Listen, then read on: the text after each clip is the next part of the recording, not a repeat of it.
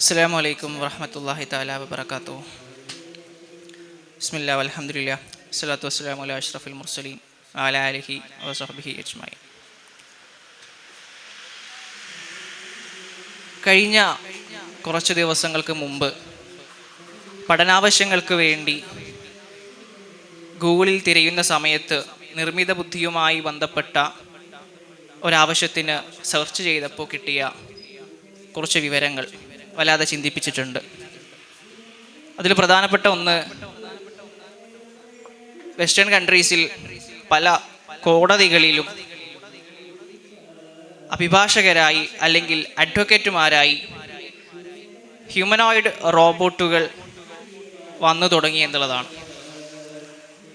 രണ്ടാമതായി കണ്ട വാർത്ത, നമ്മുടെ ഇന്ത്യ രാജ്യത്തെ രാജസ്ഥാൻ എന്ന സംസ്ഥാനത്ത് സർക്കാരിൻ്റെ ആഭിമുഖ്യത്തിൽ തന്നെ നിർമ്മിത ബുദ്ധിയുടെ സഹായത്തോടുകൂടെ മനുഷ്യർക്ക് ബ്ലോക്ക് വരാനുള്ള സാധ്യതയെക്കുറിച്ച് പഠിക്കുകയും ഏറ്റവും ചെലവ് കുറഞ്ഞ രീതിയിൽ അതിനെ പ്രിവെൻറ്റ് ചെയ്യാനുള്ള മാർഗങ്ങൾ AI റോബോട്ടിക്സ് ഉപയോഗിച്ച് ചെയ്യാൻ കഴിയുന്നതായും പഠനത്തിൽ വന്നു.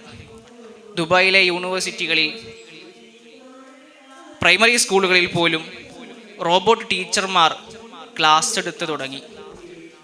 വർത്തമാനകാല പരിസരത്തിലെ നമ്മൾ നിരന്തരം ചർച്ച ചെയ്തുകൊണ്ടിരിക്കുന്ന നിർമ്മിത ബുദ്ധിയുടെ വളർച്ച എത്രത്തോളം എത്തി എന്നാണ് ആമുഖമായി സൂചിപ്പിച്ചത്.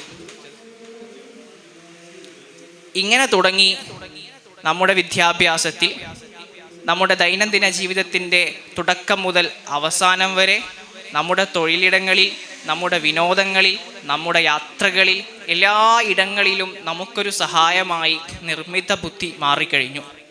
അതതിൻ്റെ അടുത്ത ഘട്ടത്തിലേക്ക് കടക്കാൻ പോവുകയാണ്.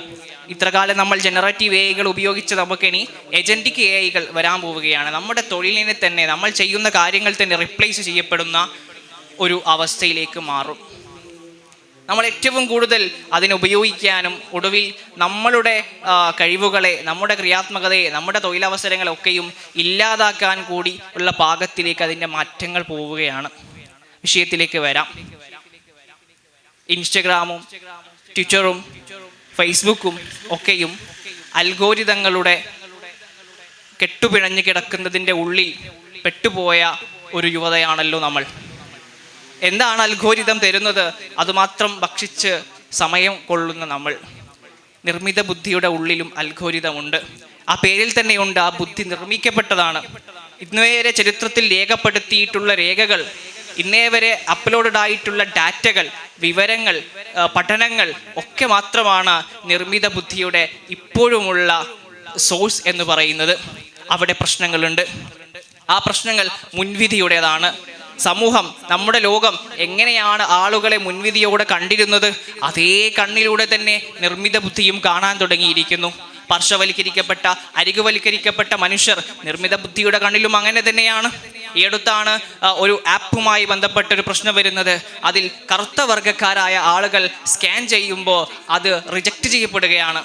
അത് ഈ നിർമ്മിത ബുദ്ധിയിൽ സെറ്റ് ചെയ്ത് വെച്ചിരിക്കുന്ന അൽഗോരിതത്തിൻ്റെ ഭാഗമാണെന്ന് നമുക്ക് മനസ്സിലാക്കാൻ കഴിയും. അങ്ങനെ ചരിത്രത്തിലുള്ള ഓരോ കാര്യങ്ങളും നോക്കൂ.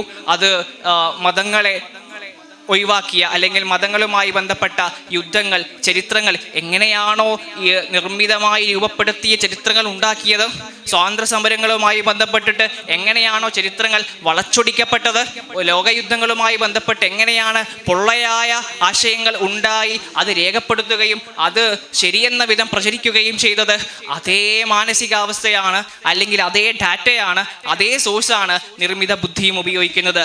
അങ്ങനെ വരുമ്പോൾ അത് വീണ്ടും വരേണ്യവർഗത്തിന് ഉപകാരപ്രദമാകുന്ന രീതിയിൽ മാത്രമായി മാറും. നമ്മൾ ഒരു കറണ്ട് സിനാരിയോയെക്കുറിച്ച് ChatGPT-യോട് ചോദിക്കുമ്പോൾ ChatGPT തരുന്ന ഉത്തരം എങ്ങനെയായിരിക്കും? ChatGPT കിട്ടുന്ന ഡാറ്റകൾ അനുസരിച്ചിട്ടാണ്. ആ ഡാറ്റകളുടെ അൽഗോരിതം ഇല്ലായ്മയിൽ നിന്നുണ്ടായതാണെങ്കിൽ ആ ഡാറ്റകൾ നമ്മളെ ഏവിധം ബാധിക്കും. നമ്മളിപ്പോൾ തന്നെ നിർമ്മിത ബുദ്ധിയുടെ ഉള്ളിൽ ഇങ്ങനെ പിണഞ്ഞു കിടക്കുമ്പോൾ, ഭാവിയിലേക്ക് വരുമ്പോൾ നമ്മുടെ തൊഴിലിടത്തിലും വിദ്യാഭ്യാസത്തിലും നമ്മുടെ നിത്യജീവിതത്തിലും നമ്മുടെ ആശുപത്രികളിലും നമ്മുടെ കോടതികളിലും ഇത്തരത്തിലുള്ള അഡ്വക്കേറ്റുമാർ, ഈ അഡ്വക്കേറ്റുമാർക്ക്, ഈ റോബോട്ടിക് അഡ്വക്കേറ്റുമാർക്ക് കിട്ടുന്ന വിവരങ്ങളും ഇത്തരത്തിലുള്ള അൽഗോരിതത്തിൻ്റെ ഭാഗമായിട്ടുള്ളതാണെങ്കിൽ എങ്ങനെയായിരിക്കും അവർ വാദിക്കുക? എങ്ങനെയാണ് നമുക്ക് ശരിയായ ഒരു ഉത്തരം ലഭിക്കുക? എങ്ങനെയാണ് നമുക്ക് കൃത്യമായ ഒരു പഠനം നടത്താൻ സാധിക്കുക?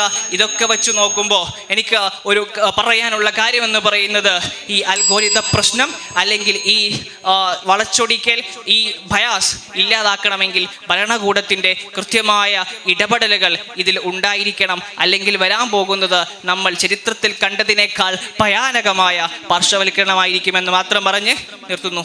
ആഖിറു ദഅ്വാന അൽഹംദുലില്ലാഹി റബ്ബിൽ ആലമീൻ.